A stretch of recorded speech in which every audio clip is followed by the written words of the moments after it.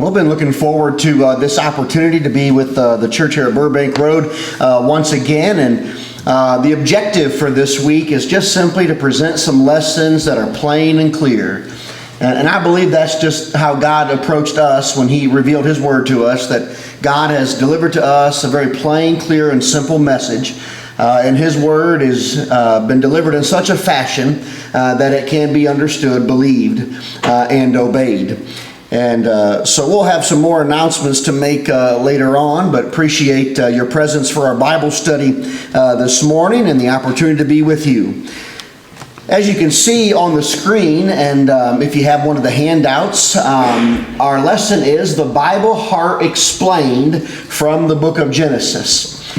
And kind of what prompted this lesson is understanding when the Bible talks about the heart, what is it that the Bible generally or usually is talking about. And if you've ever been part of an athletic team, maybe even coached a team before, baseball, soccer, basketball, football, anything that's competitive in nature, it wouldn't be uncommon to hear a coach or mentor talk about playing with heart. And more often than not, when they talk about playing with heart, I think about a football coach in the locker room, because football has a lot of aggression and toughness and hitting. And so you think about the football coach standing in the locker room talking to his young men, and he's pounding his chest. He's trying to stir the spirit of his football players, and he's talking about playing with heart, and he's pounding his chest. But really what he's talking about is playing with heart. He's actually talking about this heart right here. Now, obviously, there's this internal aspect of humanity when the Bible talks about the heart, but that football coach or that mentor that's trying to stir the spirit of his players, he's really talking about this. They'll talk about playing with mental fortitude. And being aware of game situation. And so he's talking about this.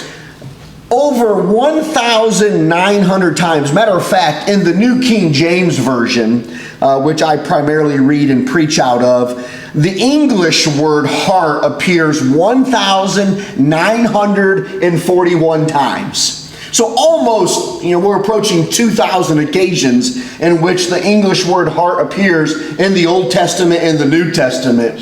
And so obviously we're not going to look at all 1,941 times. When I was originally putting this lesson together years ago, I was, looking for passages to illustrate exactly what the Bible's talking about relative to the use of the word heart. And as I was doing my own personal research and study, what I come to find out is that the book of Genesis clearly illustrates, almost in its entirety, exactly how the Bible, from Old Testament through the New Testament, uses the English word heart. Matter of fact, the English word heart appears 13 times in the book of Genesis. And of those 13 times, 2 times referring to the heart of God, and then the other 11 times referring to the heart of man. And what our lesson is intended to illustrate is that there is a difference between this heart, that is the blood pump, that's in your chest cavity, and your Bible heart. And so if you've ever heard me teach or preach, my kids could tell you, my wife could tell you, if I asked them where their Bible heart is, they would quickly point right here. This is your Bible heart. This heart right here, really important. One of your vital organs, your blood pump. But generally, more often than not, when the Bible refers to the heart, it's referring to the mind of man. It was kind of a Hebrew custom. To illustrate another aspect of this is the word walk. So in the New Testament, Paul, especially in his epistles, refers to or uses the word walk, or as it's translated in the English, as walk. And that was kind of a Hebrew custom of writing. And so it referred to our living. They weren't referring to a literal step like my right foot in front of my left foot. It was referring to our living. And so when Paul talks about walking worthy, he's talking about living worthy. And so that's the same idea when they use the term heart. More often than not, it's referring to our Bible heart. And exactly what is it then that they're referring to? Well, the book of Genesis is going to illustrate that for us this morning. And so you can follow along on that little handout there, and I'll have all the verses on the screen. You can double check your Bible and the passages. And so let's notice first of all that the Bible heart explained from the book of Genesis. That is, we see that the Bible heart is said to think. If you look at Genesis chapter 6, Genesis chapter 6 and verse 5. It says, "Then the Lord saw that the wickedness of man was great in the earth, and that every intent of the thoughts," watch this, "the thoughts of his heart was only evil continually." And so when you get to thinking about the Bible heart, the mind of man, in Genesis 6 and verse 5 it says, "the thoughts of his heart." Now this is in the context of the days of Noah. If you keep reading in Genesis chapter 6, that's when we find out that God determines that he's going to bring judgment upon humanity in the days of Noah. And God gives Noah instruction about the building of the ark, and that God is going to send a worldwide flood upon the earth. And God will destroy all living, breathing creatures, that is, save those who are on the ark. But notice that here in Genesis 6 and verse 5, the heart is said to have the ability to think. And so what heart is it then that the Bible is talking about? It's not talking about this heart. That is your blood pump in your chest cavity, although that's where the football coach, the baseball coach, or the instructor perhaps is often pointing to, trying to arouse or stir the spirit of the players or the team or the participants. But generally, he's actually talking about this right here. The thoughts of his heart. Think about the blood pump for a moment, one of your vital organs. The heart or blood pump in your chest cavity beats on average 100,000 times per day. This isn't a lesson on evidences of our origin or of creation, but of course the human body is some of the greatest testimony about a creator or a designer. But your heart pumps 100,000 times on average per day. One of your members just celebrated a 94th birthday. That's amazing. And think about how many times his heart has beat in 94 years. Day after day. One of the marvelous and amazing aspects of the human body, and pumps about 2,000 gallons of blood per day. But it doesn't think. The mind or the brain communicates to the heart. To appreciate the idea of your heart beating hundreds of thousands of times or 100,000 times per day on average, you could just sit here for a few minutes and take your fist and do this. And what's going to happen after a few minutes? I probably couldn't do it very long without my hands starting to cramp. And yet our hearts day after day do this, some 100,000 times per day. But in Genesis chapter 6 and verse 5, we can appreciate that the Bible refers to the heart or the mind of man, and that heart has the ability to think. Let's notice another example. The second one in our list. Let me mention Proverbs 23 and verse 7. We can appreciate this then from wisdom literature. "For as he thinks in his heart, so is he." What's the wise man, what's the preacher of the Old Testament talking about? He's talking about this heart right here, the Bible heart.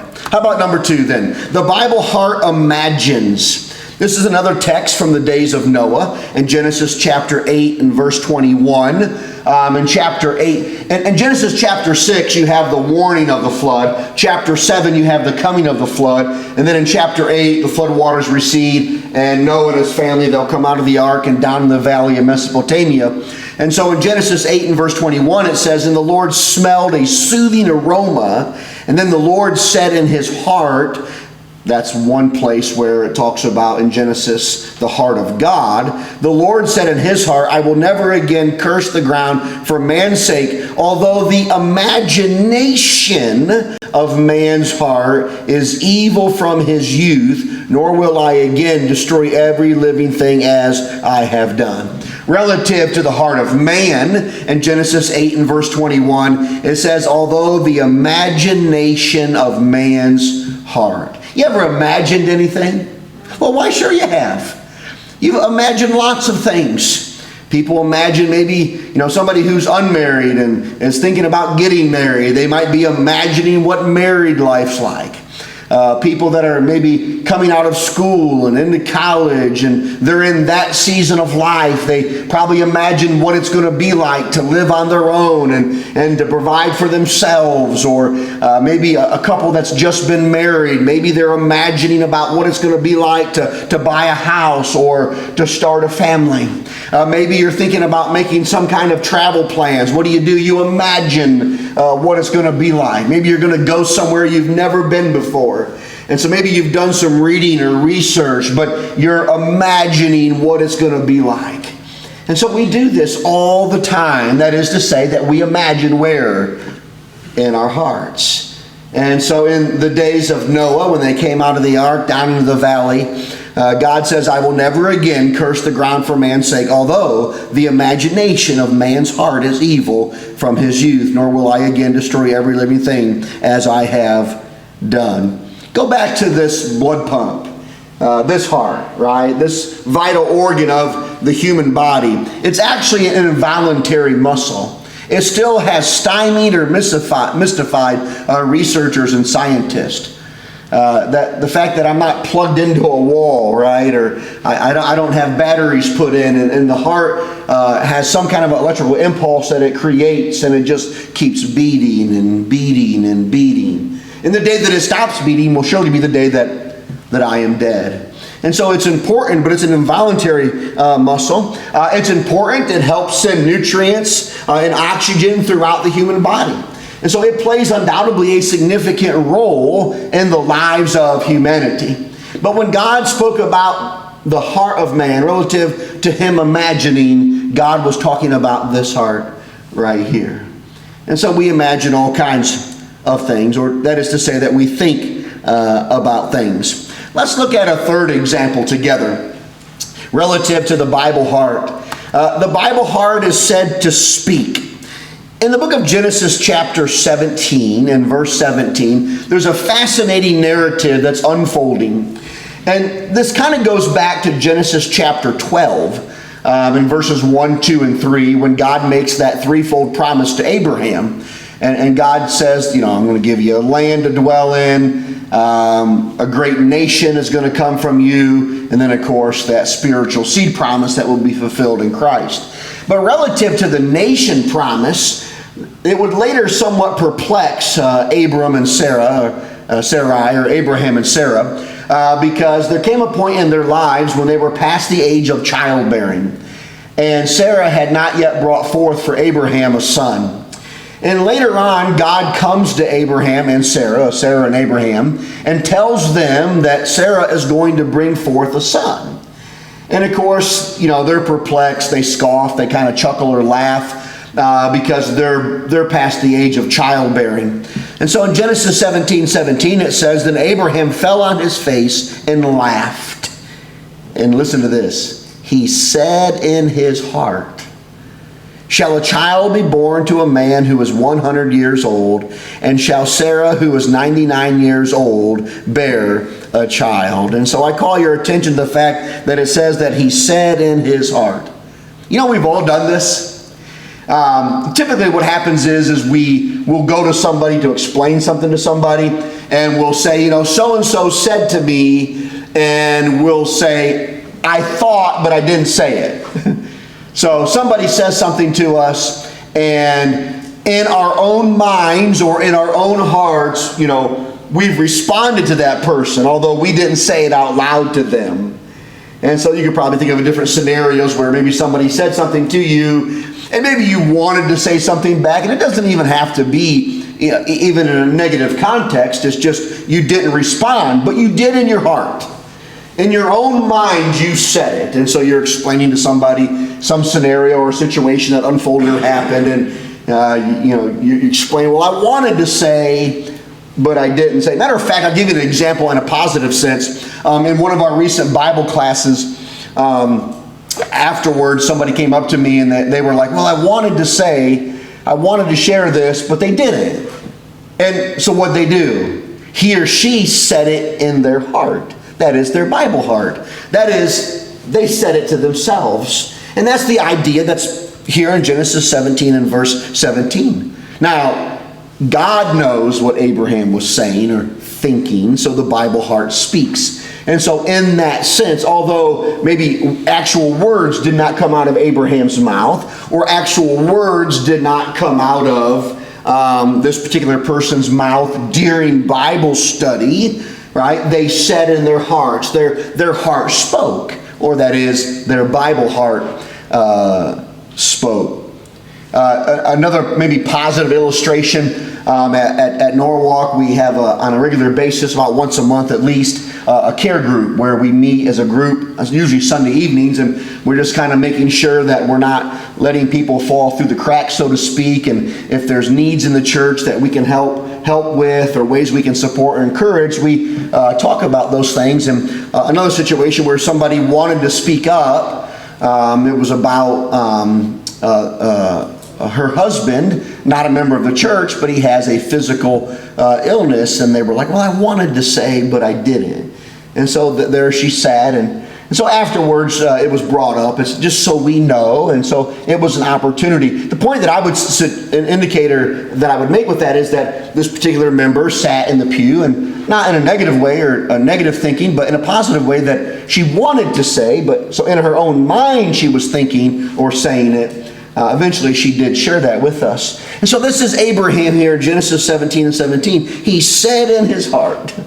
And so obviously, how is that seed promise going to be fulfilled? Now, how are they going to bring forth a child to a man who's 100 years old, and shall Sarah, who is 99 years old, bear a child? They were past the age of child bearing. Matter of fact, if you looked it up in Matthew 24 and 48, would be a New Testament example where you actually find the phrase, depending on your English translation, it said in his heart, or says in his heart. And what that does is it just points our attention to, if you will, what I call the Bible heart. This heart, your blood pump, vital organ, important. But the Bible heart, right here, the mind of man. Let's look at a fourth illustration. And as you've noticed already, all of these come from the book of Genesis. And so if you were to look up those other 1,900 plus occasions the word heart appears, more often than not, it's going to fit some category that we see here from the book of Genesis. How about the Bible heart yearns? This is a fascinating story in the Old Testament, one that we're likely familiar with. This goes back, or goes to the point, or points our time or attention to the days of Joseph. Joseph was the favored son of Jacob among his 12 sons. And we know the story that Joseph's brothers had this kindled hatred toward him, to the extent that they actually wanted him dead. And so eventually, in the story of Joseph, his brothers sell him off to a band of traders, and they take him down to Egypt, and he's sold off into Egypt and eventually into Potiphar's house. And of course, if you know the story, they go back and they tell their father Jacob that Joseph's been devoured by a wild beast. Matter of fact, they took a garment from Joseph and dipped it in some animal's blood to make it look like Joseph had been devoured. And so now there's this appearance or illusion that Joseph is dead, that he is no longer alive. At least that's now what Joseph's brothers have perpetuated and led their father to believe. Of course, we know that, and his brothers know that he's not dead. Now, do they know what happened to him? No, the evidence indicates they don't know what happened to him after they sold him off. They will eventually. But anyhow, Joseph's in Egypt. We know that Joseph continues to have fear and respect for God, and through the providence of God, Joseph continues to live and survive and do well for himself to many extents while in Egypt. Matter of fact, Joseph's going to play a pivotal role in providing food for both Egypt and those that lived around Egyptian territory.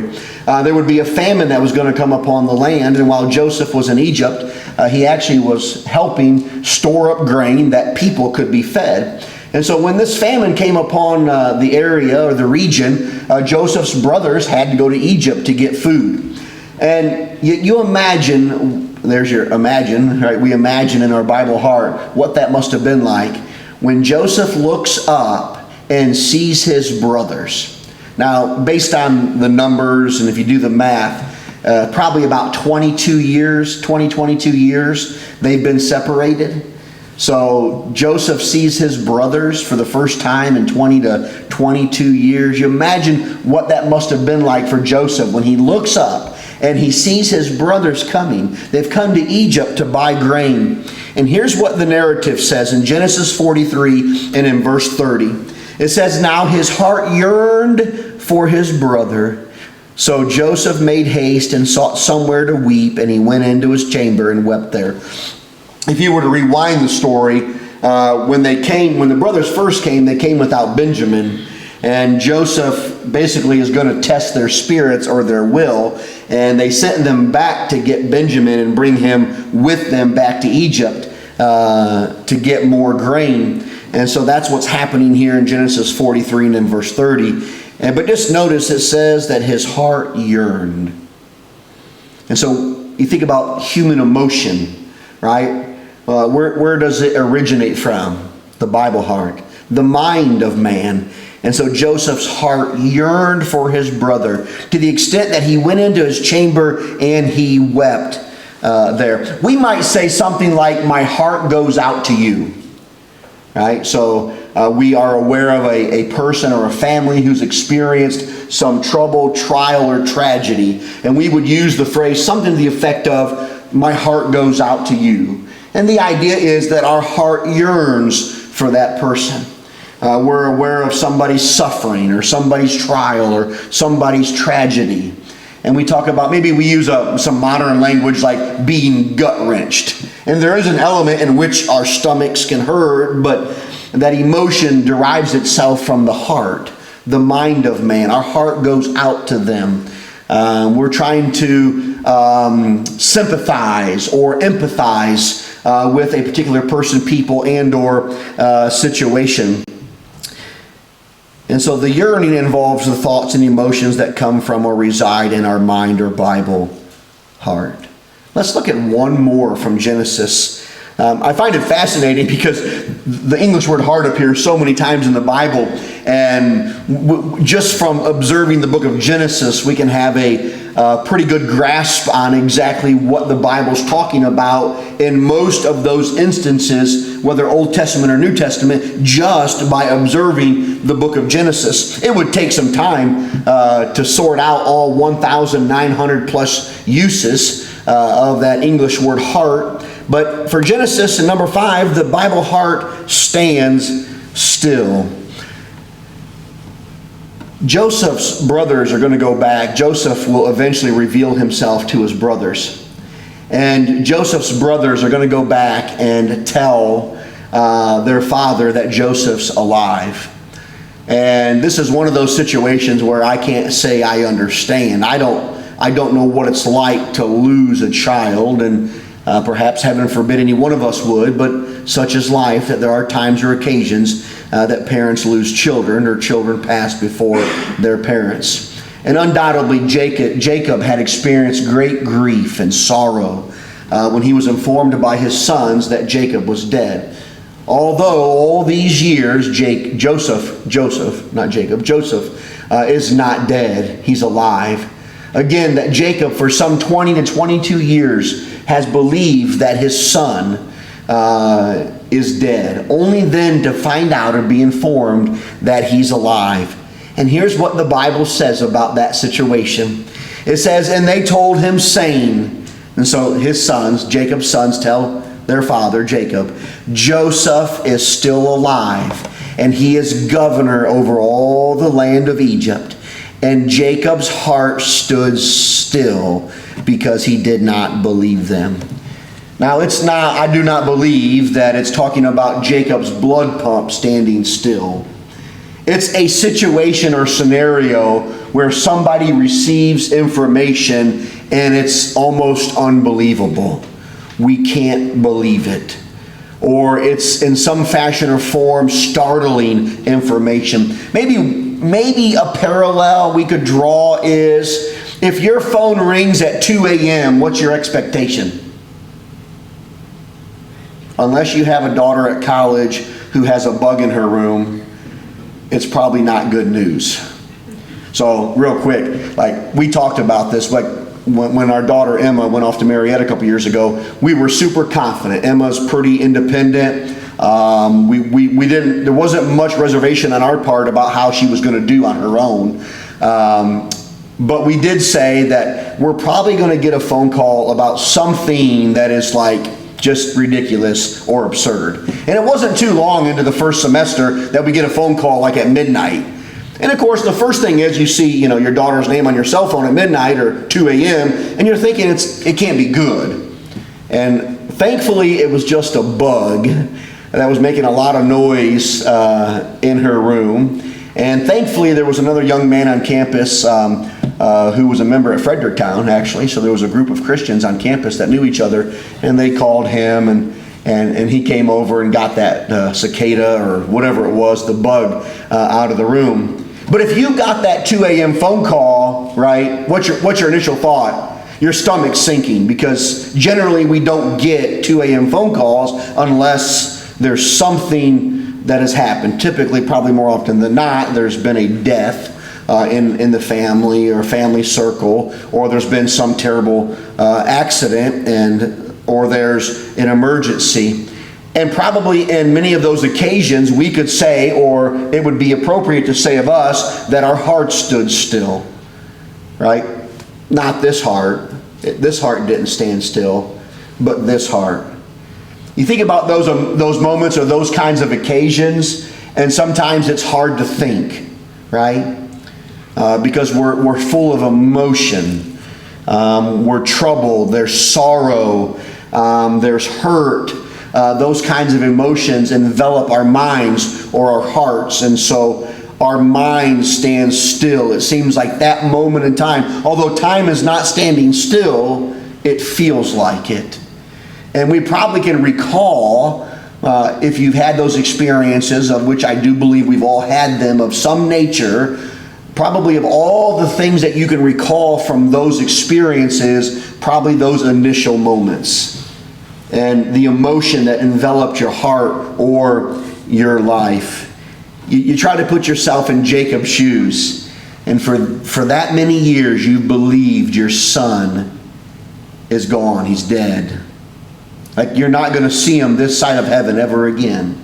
Except that it wasn't true, that he was alive and he was in Egypt and he was actually prospering and God was with him. And so Jacob was in disbelief. Maybe it's kind of like, maybe you get some information and maybe it's not even negative. Maybe it's just something that's so extraordinary that it's like, I'll believe it when I see it. Maybe you think about the resurrection of Jesus. Sometimes we maybe it's unfair. We call Thomas Doubting Thomas. That's his nickname, right? I mean, we even sing a song and we call him, like, do I think I would have been any different? Right? Jesus' disciples. The first time Jesus appears, the resurrected Jesus appears to the apostles, Thomas wasn't there. The Bible doesn't tell us why. The other apostles or disciples were together and Jesus appears to them. Well, naturally, what do? They run and they tell Thomas, Thomas, we've seen the risen Lord. And what does Thomas say? He says, I'll believe it when I see it. Right? Like he's received this information and it's like, no, like you're kidding me. This can't be real. And so it might be that Thomas's heart stood still, or the apostles' heart stood still the first time Jesus appeared to them. And so the Bible heart is said to stand still. I think my heart would stand still if I was in Jacob's shoes.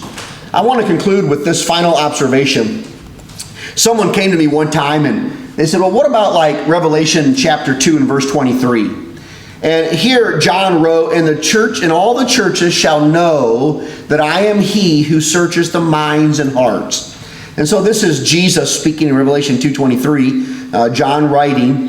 And John, in this case, or Jesus uses, in our English translations, they are two different Greek words, the searches the minds and the hearts. The word mind there comes from nephros. The second word there, hearts, actually comes from cardia, which is where we get cardiac or cardiology. from that Greek word. But both words, it's not a distinction being made between, although cardia and cardiac do refer to on occasion this blood pump, but in the context with the use of these words actually refers to the Bible heart, minds and hearts. And so somebody was concerned that, maybe in this particular context, it was talking about, this heart and this heart. But it's not. The word minds there means desires, the mind, feelings, the area of psychological facility.